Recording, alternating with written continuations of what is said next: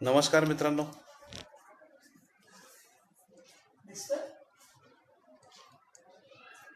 आजचं सेशन आपण सुरू करतोय आणि हे सुरू करताना I would be using Hindi and English as the primary languages because I very strongly believe that everybody is able to understand it comfortably. आज 1 मई महाराष्ट्र दिन. आप सभी को महाराष्ट्र दिन की शुभकामनाएं. सेतु के इस नॉलेज कार्निवल में आप सभी का स्वागत है. और थोड़ा सा ब्रीफ मैं सेतु के बारे में आप लोगों को देना चाहता हूं, क्योंकि सेतु ये ऐसी संस्था है जो कई वर्षों से पेरेंट्स के लिए काम कर रही है. पिछले 16 वर्षों से हम सेतु को एक पुल या ब्रिज करके यूज कर रहे हैं for parents and teachers, for parents and children and for children and teachers. So it basically is working for the parents and the teachers. और बच्चों के डेवलपमेंट को किस तरह से पेरेंट्स सपोर्ट करते हैं इसके बारे में हम बात करते हैं. पिछले 16 वर्षों से हमारी एक छोटी सी टीम है जो कि काम कर रही है. इस टीम में वैसे तो बहुत सारे लोग हैं, बहुत सारे मेंबर्स हैं, लेकिन जिसको हम कोर टीम बोलेंगे, जो कि प्रोग्राम डिज़ाइन करती है, प्रोग्राम प्रेजेंट करती है, अलग अलग तरीके से बात करती है, लोगों के सामने अपनी. हाँ जी, ये ऐसा चलते रहने वाला है because being live session obviously ये इंटरेक्टिव रहेगा, थोड़ा सा बातचीत चलती रहेगी. लेकिन जो भी मुझे बात करनी है, जो भी मुझे आप लोगों को बताना है, शेयर करना है, वो सेतु के माध्यम से मैं आप लोगों को शेयर कर रहा हूँ. जैसा कि मैंने कहा, सेतु ये एक चैरिटेबल ट्रस्ट है, ये एक रजिस्टर्ड सोसाइटी है और ये पेरेंट्स के लिए काम करती है. 16 वर्षों से नागपुर और नागपुर के आसपास के बहुत सारे एरियाज़ में we are working for the parents, we are developing और trying to develop the parents. हमारा बेसिक थीम और मोटो ये कहता है कि the only thing which we do without a formal training is parenting. So let us get better parents और aware parents by training our own self. Setu का जो background है, वो बैकग्राउंड के साथ में हम शुरुआत कर रहे हैं. तो इसके साथ साथ में एक और चीज़ बतानी ज़रूरी है कि इसमें जो कोर मेंबर्स हैं, वो कोर मेंबर में my wife Sneha Damle, who is a clinical psychologist, ये साथ में जुड़ी हुई है. इसके अलावा my mother, who is also a clinical psychologist, post graduate and doctorate in psychology, ये भी जुड़ी हुई है एज प्रेसिडेंट. इसके साथ साथ में स्वीडन में अभी मेरी सिस्टर इन लॉ है जो खुद एक साइकोलॉजिस्ट है. उसके अलावा सतीश फड़के हैं अकोला के, जो कि एक एजुकेशनलिस्ट है. और बहुत सारे ऐसे लोग हैं जो साथ साथ में जुड़े, जैसे रवि महाजन सर है, उसके बाद ब्रिज गोपाल साडा है, अंजलि महाजन मैडम है, डॉक्टर अंजलि महाजन है, बहुत सारे लोग हैं. There are very closely knit with Setu and working together to develop parents. आज का हमारा जो सेशन है, ये सेशन लाइव जाने के पीछे का पर्पज़ और ऑब्जेक्टिव जो है, वो 40 दिन के लॉकडाउन में हमने बहुत सारी ऐसी चीज़ें जो कभी ज़िंदगी में सोची नहीं थी या विचार भी नहीं किया था, उसके बारे में विचार करने को हम मजबूर हो गए. बहुत सारे ऐसे डेवलपमेंट्स और बहुत सारी ऐसी चीज़ें जो कभी हमने की नहीं थी, घर में भी शायद और बाहर भी, तो वो हमने करने की शुरुआत की. लेकिन सबसे मेन इशू जो है वो आज का एजुकेशन से एसोसिएटेड. चूँकि मैं एक एजुकेशनलिस्ट हूँ, I am associated with Shrimati Binjhani Mahila Mahavidyalaya at Nagpur, working in department of psychology. और कई वर्षों से मैं एप्टीट्यूड टेस्टिंग करता हूँ, कई वर्षों से बच्चों की हेल्प करता हूँ, स्टूडेंट्स के साथ बात करता हूँ, खासकर एडोलेसेंट्स और उसके आगे का जो ग्रुप, वर्किंग ग्रुप है, जहाँ तक जाता है वहाँ तक के, मतलब ये 14-15 साल से लेके तो 25 साल के एज ग्रुप के स्टूडेंट्स के साथ काम करता हूँ. By profession I am a teacher, a counsellor, a coach, a trainer, a psychologist. By career I am a pharmacist. And I would like to present Setu as a organization which will help the parents and children. तो ये जो knowledge carnival है, ये आपके सामने बहुत सारी चीज़ों को लेके आएगा. This is the beginning of the session and this will B purely on developing career, मतलब करियर का सिलेक्शन कैसे किया जाए, इसके बारे में हम बात करने वाले हैं. तो अभी की जो सिचुएशन है, इस सिचुएशन को थोड़ा सा एलैबोरेट करने की मुझे आवश्यकता है. एक अनसर्टनिटी है. जैसे अभी कुछ समय पहले न्यूज़ कंफर्म हुई कि 2 हफ्ते का लॉकडाउन 4 मई से आगे और एक्सटेंड किया है. तो आगे क्या होगा, बहुत बड़ी अनसर्टनिटी है. कितना आगे ये चलेगा, अनसर्टनिटी है. एक मन में फियर है सभी के. एक इंडिपेंडेंट सेशन लिया जा सकता है, इसके ऊपर हम बात कर सकते हैं। एक इंडिपेंडेंट सेशन लिया जा सकता है, हम बात कर सकते हैं। And we can say that अभी तो ठीक है, हमारा तो ठीक है मान लीजिए, लेकिन हमारे बच्चों का क्या, जो अभी स्कूल गोइंग है या जिनके करियर्स आगे हैं, जिनके 10th स्टैंडर्ड है, जिनका 12th स्टैंडर्ड है, जो बच्चे डिग्री कर चुके हैं या कर रहे हैं, उनका आगे क्या, इसके ऊपर बहुत ज़्यादा पेरेंट्स क्वेश्चन मार्क लगा के बैठे हुए। बच्चे तो ऑब्वियसली है ही है, लेकिन more concern are parents and those people who are directly or indirectly connected as an educationalist or as trainers, those who are directly or indirectly connected with the students. Even teachers भी बहुत ज़्यादा uncertain है, शायद इसीलिए इस type के programme की हमें आवश्यकता पड़ी। एंड ये जो कार्निवाल है, ये कार्निवाल को आगे कंटिन्यू करने के लिए हम इसके 4 मेजर सेक्शंस करने वाले हैं। पहले ये बात बता दूं कि ये जो कार्निवाल है, ये कार्निवाल कंटिन्यू रहेगा, साल भर ये कंटिन्यू रहेगा, जहाँ तक के पॉसिबल है साल भर के लिए हम उसको कंटिन्यू करेंगे। Every 5 days we are going to meet in some or the other form, चाहे फेसबुक पे हो, चाहे बाकी सोशल मीडिया के प्लेटफॉर्म पे हो। फेसबुक के हम ज़्यादा यूज़ करेंगे because we will be able to reach maximum number of people. Almost all the programmes are going to be free of cost and open to all. तो ये बात पक्की है कि जितने मैक्सिमम लोगों तक हम पहुंच पाएँ, उतना ज़्यादा बेनिफिट उन लोगों को मिलेगा। एंड इस पर्टिकुलर सेशन में जैसे कि मेरे साथ अभी स्नेहा है। Sneha, will you please join? या Hello. So Sneha is my wife, colleague and friend, philosopher, and also one of the core members of Setu. She is the secretary of सेतु, और ये भी आप लोगों से कुछ समय के बाद इंट्रैक्शन करेगी। Yeah, happy to see you all here. हम जानते हैं कि आप घर पे हैं, आप सेफ हैं, और साथ साथ में बहुत ज़्यादा विचार करते हुए आप लोग इस सेशन के साथ जुड़े हैं। इस नॉलेज कार्निवल को प्रोसेस करने के लिए हम इसके 4 सेक्शन करने वाले हैं। 10th स्टैंडर्ड के जो students already appear 10th standard कर चुके हैं, चाहे वो स्टेट बोर्ड, CBSE, ICSE जो भी बोर्ड हो, जो अपियर कर चुके हैं, ये पहला एक सेक्शन रहेगा। दूसरा जो सेक्शन या दूसरा जो एरिया है, वो एरिया 12th स्टैंडर्ड के स्टूडेंट्स का रहेगा। दो students who have appear 12th standard this year, मतलब 2020 में जिन्होंने अपियर किया है।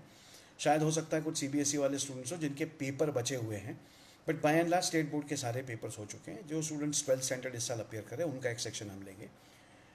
तीसरा जो सेक्शन है वो उसमें ऑनगोइंग जिनका ग्रेजुएशन चल रहा है, चाहे BA हो, BCom हो, BSc, BBA, BCA, BE, MBBS, BDS, जो भी वो कर रहे हैं, अभी वो ग्रेजुएशन कर रहे हैं, they are in the process of completing their graduation and may be diplomas also, क्योंकि मैं गवर्नमेंट पॉलिटेक्निक के साथ भी किसी न किसी प्रकार से जुड़ा हूँ। तो हमारे पॉली वाले स्टूडेंट्स जो अभी 2nd ईयर 3rd ईयर में है वो। एंड चौथा जो सेक्शन है वो एक चंक है, सेक्शन है जिसको हम यहाँ पे बात करेंगे, जिसके ऊपर that is the final year students who are appearing final year अभी 2020 में, and they would be completing their graduation now and what next, ये अगला सवाल उनके सामने ये रहने वाला है। तो ऐसे 4 सेक्शंस के बारे में हम इस पर्टिकुलर नॉलेज सीरीज़ में, और नॉलेज सीरीज़ के एक पार्ट में जिसको हमने कहा है कि know how to select your career, इसके बारे में हम बात करेंगे। And this sections can be expanded further, मतलब जैसे जैसे ये सेशंस आगे चलेंगे, not only I will be interacting with you, but may be Satish Phadke will be interacting with you, may be Ravi Mahajan sir will be interacting with you, may be doctor Amrita Buskute will be interacting with you, may B हमारे मित्र bridge Gopal साडा will be interacting you, Indore से कोई हमारे साथ जुड़ेगा, and Ravi Khandelwal जी जो है वो भी शायद इंदौर से हमारे से बात करेंगे। स्वीडन में हमारी जो फ्रेंड है, जो सेतु की मेंबर है और कोर मेंबर है, Swapna, she will also may be joining and speaking with you. तो ऐसे ये बहुत सारे अलग अलग लेवल्स के लोग, अलग अलग प्लेटफॉर्म के लोग एक साथ इस सेतु के माध्यम से आपके साथ जुड़े रहेंगे। ब्रिज है, जैसा कि मैंने बोला, सेतु ये ब्रिज है, और मैं जानता हूँ कि अभी बहुत सारे पेरेंट्स मुझे देख रहे हैं। करीब लाइव सेशन में मैं देख रहा हूँ कि 15-20 लोग अभी फ़िलहाल हैं, and more number of people are joining in. तो अलग अलग लेवल के पेरेंट्स, लेवल मतलब अलग अलग एज ग्रुप के पेरेंट्स जिनके बच्चे 10th में 12th में हैं, ये भी देख रहे हैं, और स्टूडेंट्स भी देख रहे हैं मुझे, और वो भी ये क्वेश्चन मार्क लगा के जो बैठे हुए हैं, ये भी मुझे सुनने की कोशिश कर रहे हैं। तो आप लोगों के जो भी सवाल रहेंगे, वो सवाल आप इस कमेंट में डाल सकते हैं डायरेक्टली, जो कि मुझे दिखेगा, या फिर जो नंबर आपको दिया है 9890951179, उस नंबर पे भी आप डायरेक्टली फ़ोन कर सकते हैं, एंड मैसेज भी वहाँ डाल सकते हैं, and you can ask your questions as and when you wish to and want to. जो मुझे आपके साथ शेयर करना है वो शेयरिंग होने के बाद, मतलब लगभग 7:30 बजे के बाद will be actually going in for the question answer sessions. बहुत लंबे समय तक के हम इसको नहीं खींचेंगे, बिकॉज आई नो ऑन दो 40 दिन के लॉकडाउन ने आप लोगों का पेशेंस थोड़ा सा बढ़ाया है, बट स्टिल 40 मिनट का भाषण या बोलो 40 मिनट का इंटरेक्टिव सेशन बहुत ज़्यादा हो जाएगा।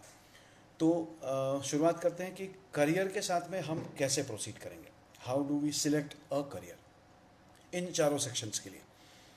तो what are the best or the various parameters for selection of a career, or other I should say the best career for my son or daughter. ये सवाल मेरे सारे जितने पेरेंट फ्रेंड्स हैं उन पेरेंट फ्रेंड्स के लिए आएगा।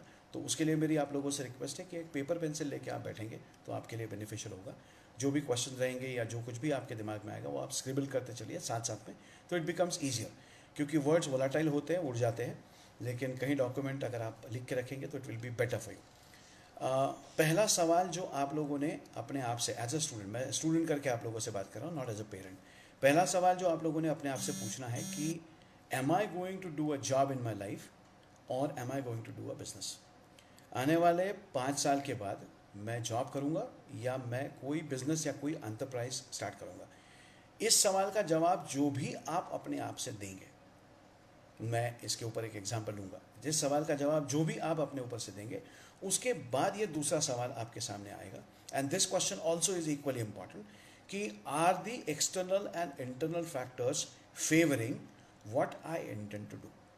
मैं फिर से एक बार रिपीट करूँगा, बहुत सारी ये चीज़ें ऐसे होगी जो मैं बार बार रिपीट करूँगा क्योंकि मैं चाहता हूँ कि ये डीप अंदर तक के कहीं जाए। पहला सवाल ये कि मुझे नौकरी करनी है ज़िंदगी में या मुझे कोई बिजनेस स्टार्ट करना है, नंबर एक।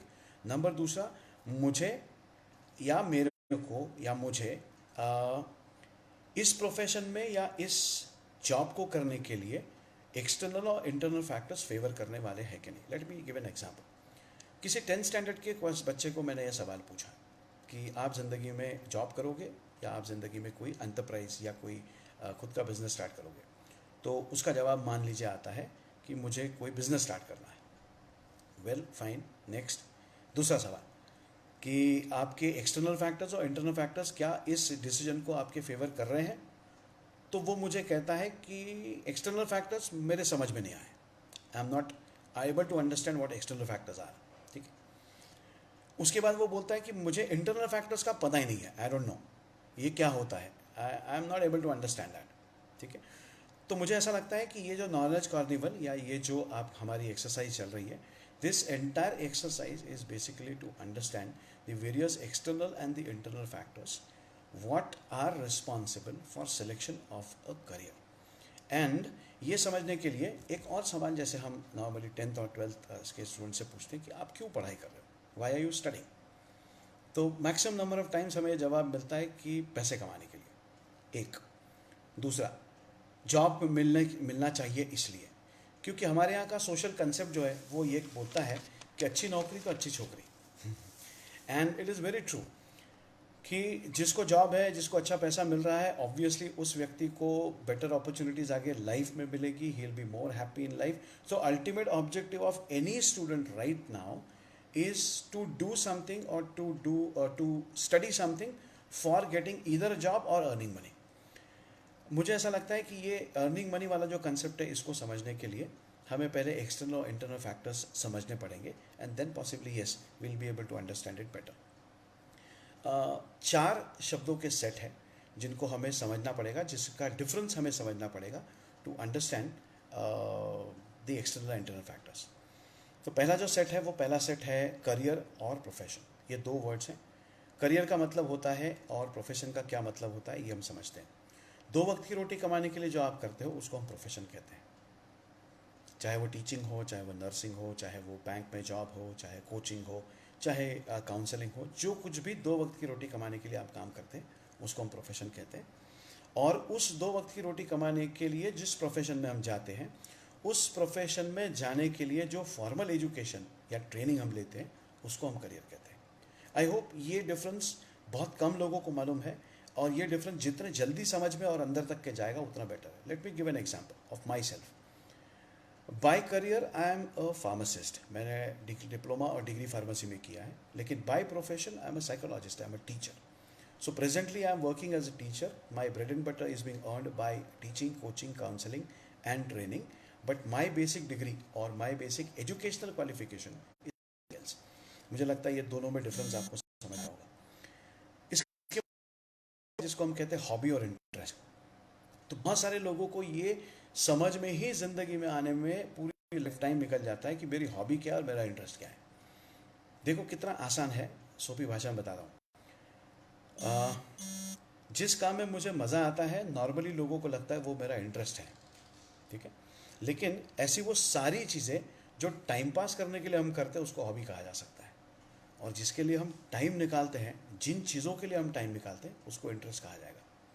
फॉर एग्जाम्पल, आपको पेंटिंग अच्छा लगता है तो दिन भर अगर आप पेंटिंग कर रहे हो, और अभी तो ठीक है लॉकडाउन के पीरियड में it is okay, but otherwise उसके लिए स्पेशल टाइम निकाल के अगर आप कर रहे हो तो that can be or that may be termed as your interest.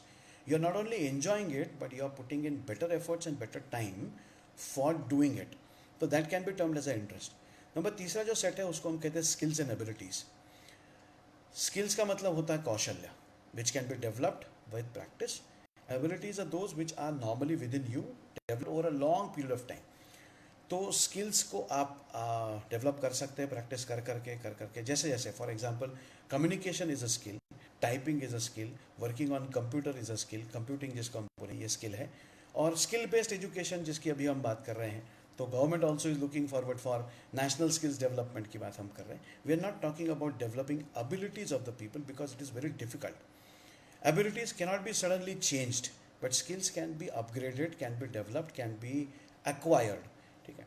चौथा जो है उसको मैं बोल रहा हूँ प्रिजुडाइज और एटीट्यूड. इन दोनों में डिफरेंस भी हमको समझना पड़ेगा. प्रिजुडाइज का मतलब होता है, वैसे तो एटीट्यूड का पहले मतलब समझते हैं. एटीट्यूड एक जिसको हम सोपी भाषा में कहते हैं दृष्टिकोण.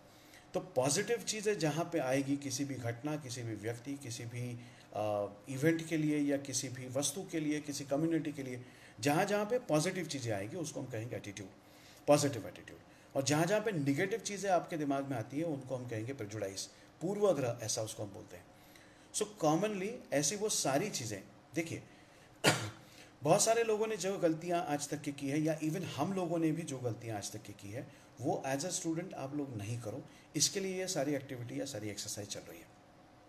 क्या गलतियाँ की है समझते हैं. We decided a career way back. We decided a career best known to us or our parents during that time, based on our hobbies, है ना, so called interest जिसको हमने बोला. We checked with our skills, क्या जम सकता है, क्या कर सकते हैं, क्या हो जाता है ना. Judged with lot of emotions. कैसे lot of emotions मतलब लोग क्या कहेंगे, ये नहीं किया तो लोग क्या कहेंगे, ये किया तो लोग क्या कहेंगे.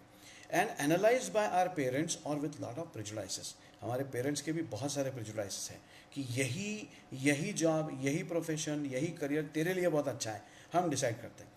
कॉमनली 5 चीज़ें होती है जो आपके करियर को डिसाइड करने में बहुत सारी मददगार होती है, जिसमें से एक होते हैं मार्क्स, एक होता है आपका पेरेंट्स का सपोर्ट, एक होता है आपका खुद का विचार या खुद का थॉट प्रोसेस, एक होता है आपके पीयर का प्रेशर, और एक होता है एक्सटर्नल फैक्टर. हम फैक्टर्स के बारे में बात भी करने वाले हैं. आप लोगों ने जो करना है उसके बारे में हम बात करें.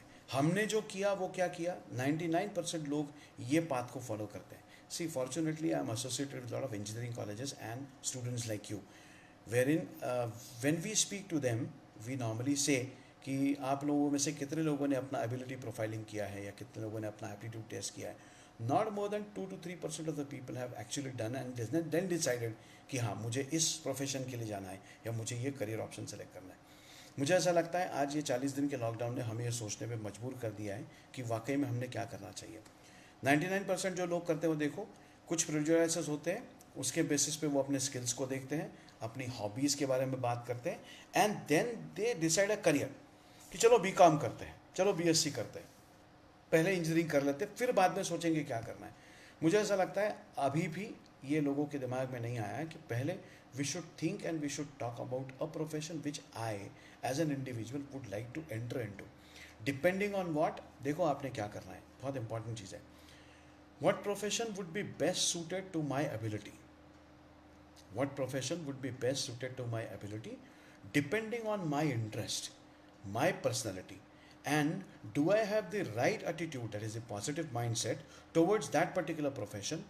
ये ना सोचते हुए कि इस प्रोफेशन के बारे में लोग क्या कहेंगे.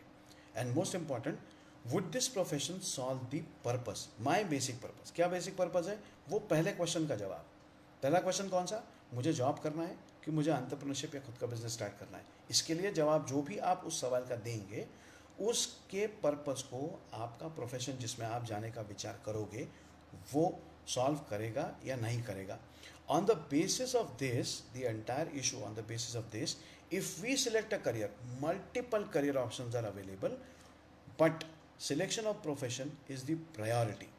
ये मैं आपको बहुत खुले दिल से ये बोल रहा हूँ कि मैक्सिमम नंबर ऑफ पीपल और साइकोलॉजिस्ट हु नॉर्मली डू, या जो भी प्रोफेशनल्स काम करते हैं, करियर टेस्टिंग करते हैं या एप्टीट्यूड टेस्टिंग करते हैं, प्रोफाइलिंग करते हैं, ये लोग आप लोगों के साथ में प्रोफेशन शेयर नहीं करते जिसमें आप एंटर करोगे।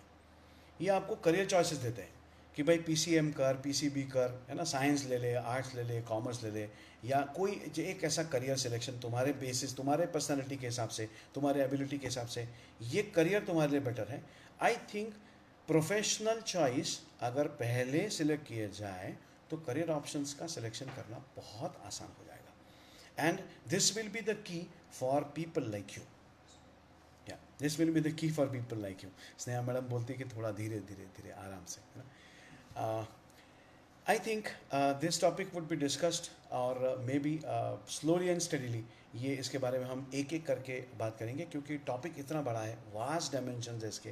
जैसा कि मैंने बोला कि 4 सेक्शंस में हम बात करने वाले हैं, लेकिन ये 4 सेक्शंस में बात करने के लिए सबसे पहला जो सेक्शन में लेने वाला हूँ, that is the students who have appeared for 10th standard.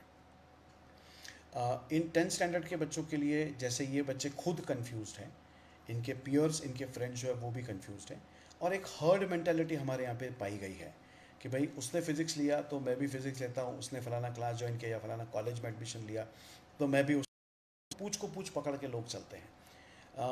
इसके लिए थोड़ा सा शांति से बैठ के विचार करने की ज़रूरत है। पिछले कई वर्षों से मैं इसके ऊपर काम कर रहा हूँ।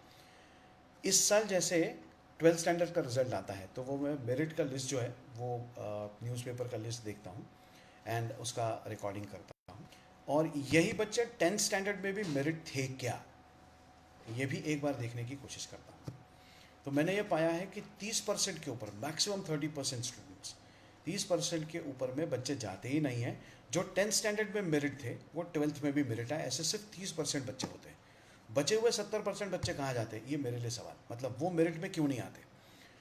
तो बहुत सारे स्टूडेंट से इंटरेक्शन करने के बाद ये समझ में आया कि inappropriate selection of subjects in 11th and 12th standard is the major problem for them, not focusing on the board exam and purely focusing on some competitive exam which they have thought of, which will give them a better career and profession option.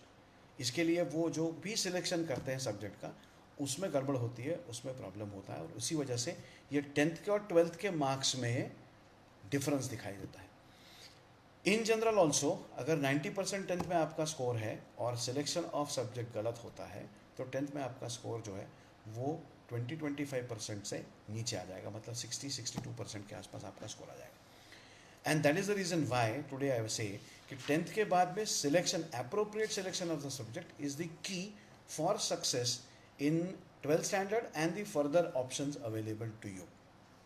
अब इसके लिए ये जो session है, ये session कम पड़ जाएगा। It's already 7:25, हमारे पास क्वेश्चंस भी आने शुरू हो चुके हैं, एंड मुझे ऐसा लगता है कि कहीं पे इसको विस्तार पूर्वक और एलैबोरेट करने की ज़रूरत रहेगी, जो कि हम आने वाले हर 5 दिन के बाद के जो हमारे सेशंस रहेंगे, इन सेशंस में हम एलैबोरेट करेंगे। एक थॉट है, इस थॉट के साथ में मैं आपको थोड़ा सा आइडिया दूंगा। ये थॉट बोलता है, डॉक्टर APJ अब्दुल कलाम का एक स्टेटमेंट है, विजन 2020 का स्टेटमेंट है। वो कहता है कि aiming low is a crime. तो we say that yes, aiming low is a crime, accepted, but aiming too high without having or without understanding the ability is the biggest blunder of our life। और ये blunder maximum लोग करते हैं, इसलिए वो सही appropriate choices नहीं कर सकते, और इसलिए उनको परमानेंट प्रॉब्लम आगे फेस करना पड़ता है। यहाँ तक के कि 10-15 साल जॉब करने के बाद दिन दे स्टार्ट रियलाइजिंग कि वाकई में मैं इस चीज़ के लिए फिट बैठा हूँ या नहीं। प्रॉबेबली आज हम इसके बारे में अगर बात करें तो बेटर है। And with this lockdown and extension of lockdown, और ये कोरोना ने हमें ये समझाने की कोशिश की है कि हमारी फिज़िकल, मेंटल और इमोशनल हेल्थ बहुत सारी चीज़ें आगे ले जाने वाली है। and this will be the key for success of any profession or any career you have to do. Patience, patience, patience, and trust in your own self and those who are around you, and the teachers and the selection of any career or any profession will depend on the trust and the patience what you will keep over a period of time. हम मिलने वाले हैं वापस. हम 6 तारीख को, मतलब आज से 5 दिन के बाद में दोबारा मिलेंगे. 7 o'clock would be the best suited time for everyone, जहाँ पे पूरे दुनिया भर के लोग कंफर्टेबली मिल सकते हैं, बात कर सकते हैं. तो 7 से 8 के बीच में आपके समय आप निकाल लीजिए. एक क्वेश्चन आया है. ये क्वेश्चन कहता है कि one of the issues would be requiring attention for counselling to parents, that parents अपने चॉइसेस को बच्चों के ऊपर इम्पोज करते हैं. मेरे ख्याल से श्रेयस ने यह सवाल पूछा है कि पेरेंट्स अपने बच्चों के ऊपर अपने चॉइसेस को इम्पोज करते हैं. मुझे ऐसा लगता है कि इनडायरेक्टली ये हो रहा है फिलहाल. डायरेक्टली इसलिए नहीं होता है क्योंकि पेरेंट्स से जब आप इंटरेक्शन करते हैं, उनसे पूछते हैं कि what do you want your child to be. मेरा पहला सवाल उनसे रहता है कि आप क्या चाहते हैं आपके बच्चे करें. तो 99% माता जी बोलती है कि वो जो चाहे वो करे. लेकिन जो बहुत इंपॉर्टेंट है, लेकिन अच्छा ही करना चाहिए. मतलब क्या? She is not very sure. She wants her child to do something but she is not able to tell, saying कि उसको जो लगता है वो उसने करना चाहिए. Now a student who is in 10th standard or who is of the age of 16-17 years, इस बच्चे के कंधों पे आपने उसके पूरे ज़िंदगी के चॉइसेस का या पूरी ज़िंदगी भर के एक मेजर डिसीजन आपने उसके सर पे डाल दिया है. और अगर वो परफॉर्म नहीं कर पाया, मान लो 11th स्टैंडर्ड में, जो कि मुझे आज बहुत सारे बच्चे बोलते हैं या दिखाई देता है कि फिज़िक्स केमिस्ट्री बायोलॉजी या फिज़िक्स केमिस्ट्री मैथमेटिक्स ले लिया है. जैसे कई सारे स्टूडेंट्स मेरे पास काउंसलिंग के लिए भी आते हैं कि हमने एक चॉइस कर लिया, 11th में ले लिया हमने, और अभी फिज़िक्स जम नहीं रहा है. Because physics is not anybody's cup of T and everybody's cup of T, है ना. जैसे मैथमेटिक्स सबका बस का रोग नहीं है, वैसे फिज़िक्स भी सबके बस का रोग नहीं है, क्योंकि फिज़िक्स है अप्लाइड मैथमेटिक्स है. और अगर जैसे मेरे बस का वो रोग नहीं था तो मैंने 10th के बाद फिज़िक्स छोड़ दिया था. 10th के बाद में मैंने मैथमेटिक्स छोड़ दिया था. तो सबके बस का रोग नहीं है. तो गड़बड़ हो जाती है 11th स्टैंडर्ड में समझने के लिए. मुझे लगता है अभी जितने भी स्टूडेंट्स हैं, जैसे फॉर एग्जांपल 10th वाले बच्चे हैं, तो अभी समय है आपके पास में लगभग 1.5 से 2 महीने का समय है, जबकि रिजल्ट लगेगा, एडमिशन प्रोसेस शुरू होगी, कॉलेज शुरू होने में तो सितंबर लगेगा. तो अभी जो आपके पास समय है, CBSE के और स्टेट बोर्ड के सारे बुक्स ऑनलाइन अवेलेबल हैं. ये सारे बुक्स में से फिजिक्स केमिस्ट्री मैथमेटिक्स बायोलॉजी, ये बुक्स भी आप ले लीजिए. ठीक है, ये बुक्स भी आप ले लीजिए, डाउनलोड कर लीजिए और इन बुक्स को थोड़ा सा स्क्रॉल कीजिए. क्योंकि जो 10th स्टैंडर्ड तक के जनरल साइंस आपने पढ़ा हुआ है, मतलब बायोलॉजी इंडिपेंडेंटली, फिजिक्स अलग से, मैथमेटिक्स अलग से, केमिस्ट्री अलग से, जो आपने पढ़ा हुआ है वो 11th 12th में वैसा नहीं है. The pattern is different, the syllabus is different, the syllabus is very vast and it is basically to enter into a competitive world.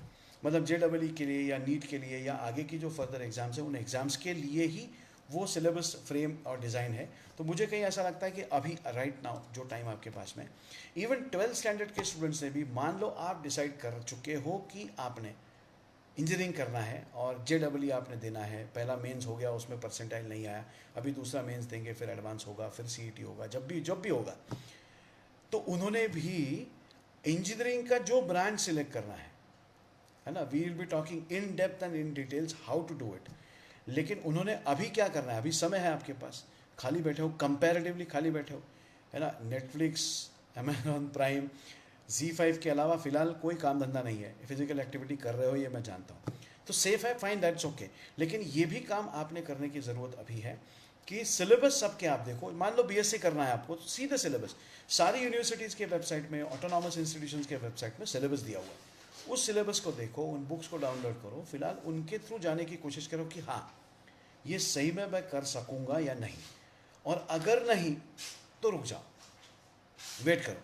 क्योंकि unless and until I know my internal factors, external factors के बारे में हम बात करने ही वाले हैं, लेकिन unless I know my internal factors, how am I going to proceed further.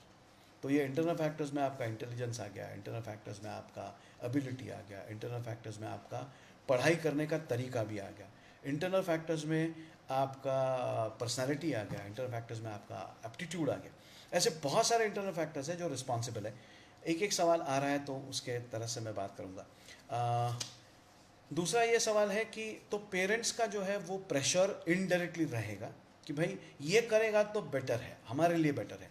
लेकिन मैं समझता हूँ कि ऐसा नहीं होगा।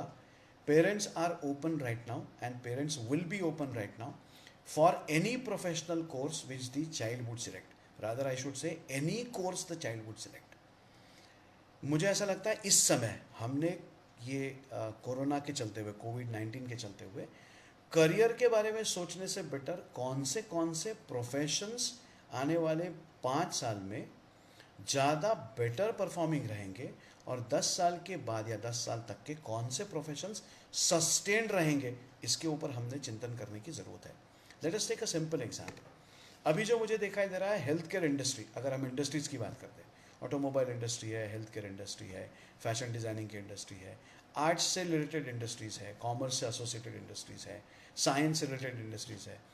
तो इसमें से फार्मास्यूटिकल इंडस्ट्री या न्यूट्रास्यूटिकल्स या ऐसी वो सारी इंडस्ट्री जो हेल्थ केयर से जुड़ी हुई है, including all types of medical sciences, even nursing also, इसके लिए बहुत ज़्यादा डिमांड आने वाले 5 साल 10 साल तक के मुझे दिखाई दे रही है as an individual who is constantly observing this.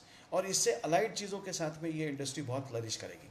जैसे दूसरी एक इंडस्ट्री मेजर जो मैं आपके साथ शेयर कर सकता हूँ कि फूड इंडस्ट्री, हम देख रहे हैं कि इन दोनों के अलावा फिलहाल कुछ भी नहीं चल रहा है। लॉकडाउन में there is nothing, almost everything is shut off excepting some IT industry people who are working from home and the trend is changing very rapidly.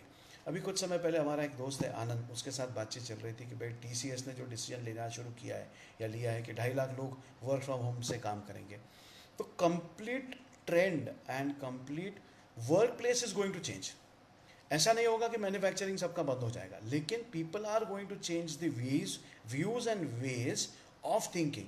तो जैसे कि हम अभी ऑनलाइन कर रहे हैं पहली बार, शायद ये कंटिन्यूसली चलता रहेगा। May be teaching also will be online, may be coaching also will be online.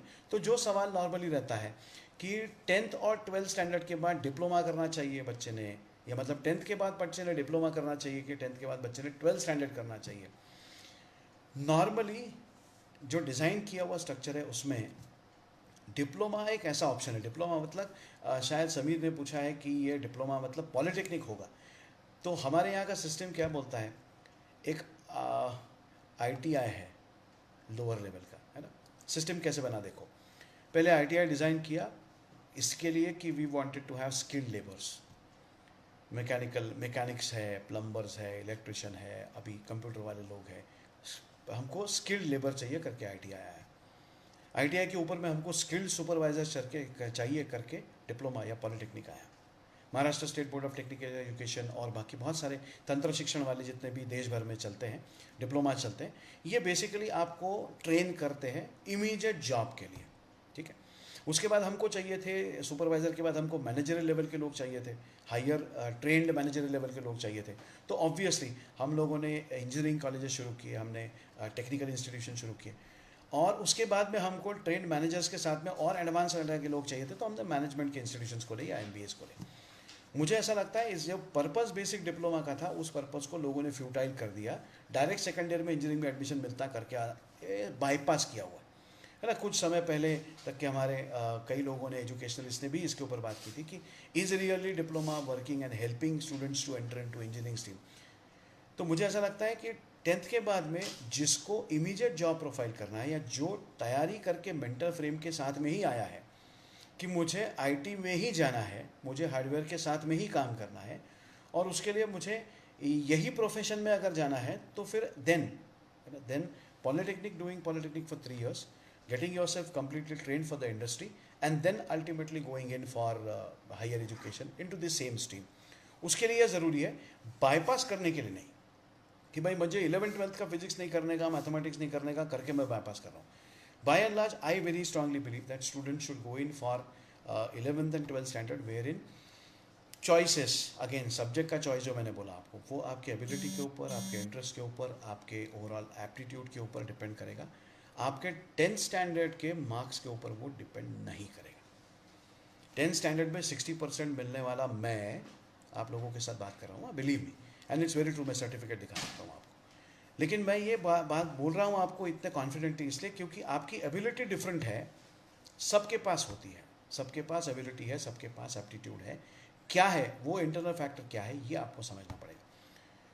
तो 10th और 12th के बाद में हम 10th के बाद जो सिलेक्शन करेंगे will be talking in the next session. हम अगले सेशन में एक्सक्लूसिवली 10th स्टैंडर्ड के बाद क्या क्या करियर ऑप्शंस अवेलेबल है, क्या प्रोफेशंस अवेलेबल है, और 10th के बाद में कैसे करियर चॉइसेस करने चाहिए, इसके ऊपर काम करेंगे। लेकिन जो स्टूडेंट्स अभी 10th स्टैंडर्ड वाले यहाँ बैठ के मेरी बात सुन रहे हैं, उनके लिए ये 5 दिन का होमवर्क है। आप 11th-12th का, फिजिक्स का, केमिस्ट्री का, इवन बायोलॉजी का, इवन इंग्लिश का बुक डाउनलोड करो, गो थ्रू इट। कोई बहुत ज़्यादा लंबा पढ़ना नहीं है। एसिड बेस सॉल्ट से लेके धीरे धीरे करते हुए मोशन से लेके इलेक्ट्रिसिटी से लेके छोटी छोटी जो जो चीज़ें हैं वो एक बार पढ़ो, देखने की कोशिश करो और समझने की कोशिश करो, शायद ये 5, 10, 15 दिन में, कि हाँ ये मैं कर सकूँगा कि नहीं। 12th स्टैंडर्ड बोर्ड की बात कर रहा हूँ मैं। लोगों ने बोर्ड को अलग किया है JEE के साथ और बाकी कॉम्पिटिटिव एग्जाम के साथ, जबकि ऐसा बिल्कुल नहीं है।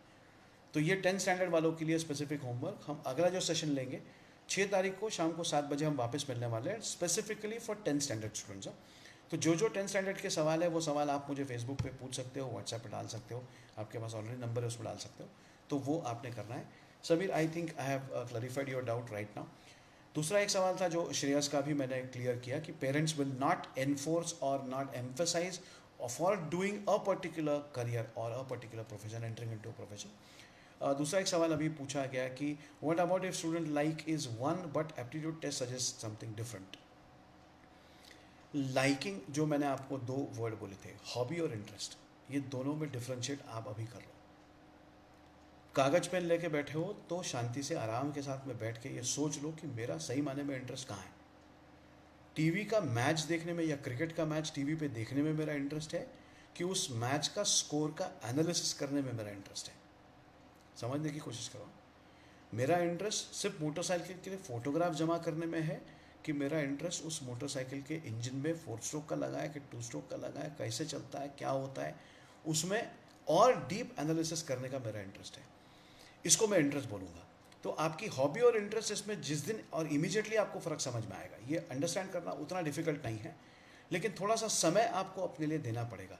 हम कभी एक सेशन में स्वॉट एनालिसिस जब करेंगे तो automatically you will be able to understand how it is being done.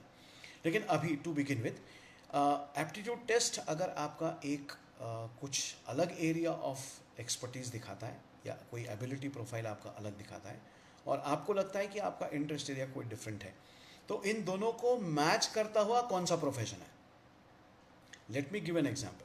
हम जो एप्टीट्यूड टेस्टिंग करते हैं उसमें डिफरेंशियल एप्टीट्यूड टेस्ट या DPDA कॉमनली यूज़ किया जाता है। ऐसे वो सारे टेस्ट में हम 8 अलग अलग आपकी एबिलिटीज़ और स्किल सेट जो है उसको हम एनालाइज करते हैं और उसके बेसिस पे मल्टीपल कॉम्बिनेशन करके आपको कोई प्रोफेशन हम लोग सजेस्ट करते हैं। जब भी मैं काउंसलिंग करता हूँ या सेशन लेता हूँ तो ऑब्वियसली मेरा पहला इंटेंशन ये होता है कि मैं स्टूडेंट्स को कुछ स्पेसिफिक सिलेक्टिव प्रोफेशंस बताऊं जो कि उनके लिए सूटेबल रहेंगे, और ये प्रोफेशंस जो है ये उसके एबिलिटी के ऊपर और इंटरेस्ट के साथ में जुड़े हुए रहेंगे। तो सवाल यहाँ ये है कि एप्टीट्यूड टेस्ट कुछ और बता रहा है और आपका इंटरेस्ट कुछ बता रहा है। नॉर्मली ऐसा नहीं होता। जैसे किसी का लैंग्वेज स्किल्स बहुत अगर अच्छा है तो the child may be having a different personality, चाहे इंट्रोवर्ट, एक्सट्रोवर्ट या एम्बीवर्ट हो, हमने कभी दोबारा बात करेंगे इसके ऊपर जब इंटरनल फैक्टर्स देखेंगे। तो अगर उसका लैंग्वेज स्किल्स बहुत अच्छा है तो the child may be able to express in the form of writing, he may be able to express in the form of verbal way, or he may be able to understand various or comprehend various languages. इसके लिए कौन से professions हैं ये हमको देखने की ज़रूरत है ना। तो ऐसा नॉर्मली नहीं होगा, लेकिन अगर हो भी जाता है तो भी बिलीव मी, जो भी काउंसलर आपके हैं या जो भी आपकी टेस्टिंग करते हैं वो उतने उस लेवल के एक्सपर्ट हैं कि वो आपको सही दिशा या सही डायरेक्शन दे पाएंगे। एक और क्वेश्चन है जो बोलता है कि kids generally following their friends irrespective of their interest. मुझे लगता है अभी थोड़ी देर पहले मैंने जो बात की उसमें बहुत स्पेसिफिकली मैंने क्लियर किया कि ये हर्ड मेंटालिटी को हमने कम करने की ज़रूरत है। दोस्त क्या कर रहे हैं, पहला सवाल ये 10th स्टैंडर्ड के बच्चे खासकर, और 12th standard, even 12th standard वाले भी, कि वो क्या कर रही है, वो क्या कर रहा है, व्हाट आर दे डूइंग। वो लॉ कर रहा है क्या, या लॉ करने वाला है क्या, वो इंजीनियरिंग करने वाला है क्या, कौन सी ब्रांच लेने वाला है, पहले वो क्या करने वाला। ये हमारी मेंटालिटी है, ये हमारा मेंटल फ्रेम है। मुझे लगता है कि इसको बदलने की ज़रूरत है। जैसा वो इलेक्ट्रिसिटी वाला है कि हमारे घर में अगर लाइन जाती है तो पहले हम देखते पड़ोसी का क्या हुआ, मुझे ऐसा लगता है कि अभी पड़ोसी का क्या हुआ ये सोचना छोड़ के हम क्या कर सकते हैं ये समझने की टाइम आ गया है. It is the real time to understand what I can do best, not what somebody else is going to do best. He will be able to perform, perhaps you will not, and there when the problem will start. जैसे for example एक और question आया है कि क्रिकेटमध्ये career करायचं आहे. मराठी में एक सवाल है कि भाई क्रिकेट में करियर करना है, she wants to proceed further in cricket, तो 10th के बाद में क्या करना चाहिए. 2 एग्जाम्पल दे रहा हूँ, आपको समझ में आ जाएगा. अनिल कुंबले नाम जानते हैं, बाय करियर इंजीनियरिंग ग्रेजुएट है, क्या प्रोफेशन में, क्रिकेट में है. समझ रहे. सचिन तेंदुलकर करियर वाइज मालूम नहीं, not sure. 10th pass, 12th पास मालूम नहीं, known as God of cricket. I hope you are understanding what I am saying. This is the basic difference between profession and career. कोई भी करियर करो, passion के साथ में जब तक कि आप काम नहीं करेंगे, ये हमारे आने वाले कुछ समय में हम इसके ऊपर इंटरनल फैक्टर्स के ऊपर बात करने वाले हैं, जहाँ पे पैशन भी आएगा, जहाँ पे इमोशनल इंटेलिजेंस भी आएगा. बहुत सारी चीज़ें हैं इंटरनली जो हमने समझने की ज़रूरत है, जो अब तक के कभी हमने इसके ऊपर विचार किया ही नहीं. We have never ever thought. और अल्टीमेटली जितना ज़्यादा इमोशनल आप डिसीजन लेंगे उतना ज़्यादा गड़बड़ आप करने वाले हैं. तो let us begin to understand, let us begin to rationalise things and then decide something. मेरे ख्याल से काफ़ी लंबा समय मैंने आप लोगों का लिया है. हम दोबारा मिलने वाले हैं तो मैं यहाँ पे रुकने की कोशिश करूँगा. Patience, patience, patience and trust in your own self and the people around you. This is the key for success for every student in future. हम 10th स्टैंडर्ड के स्टूडेंट्स के साथ में 6 तारीख को शाम को 7 बजे मिलेंगे. हर 5 दिन के बाद में हम मिलने वाले हैं. सो बी श्योर, जिनके सेशंस मिस आउट हुए वो देख सकते हैं, वो दोबारा सवाल पूछ सकते हैं. 9890951179 ये नंबर आप नोट कर लीजिए. ये नंबर आपको ऑलरेडी ग्रुप्स में आया हुआ है.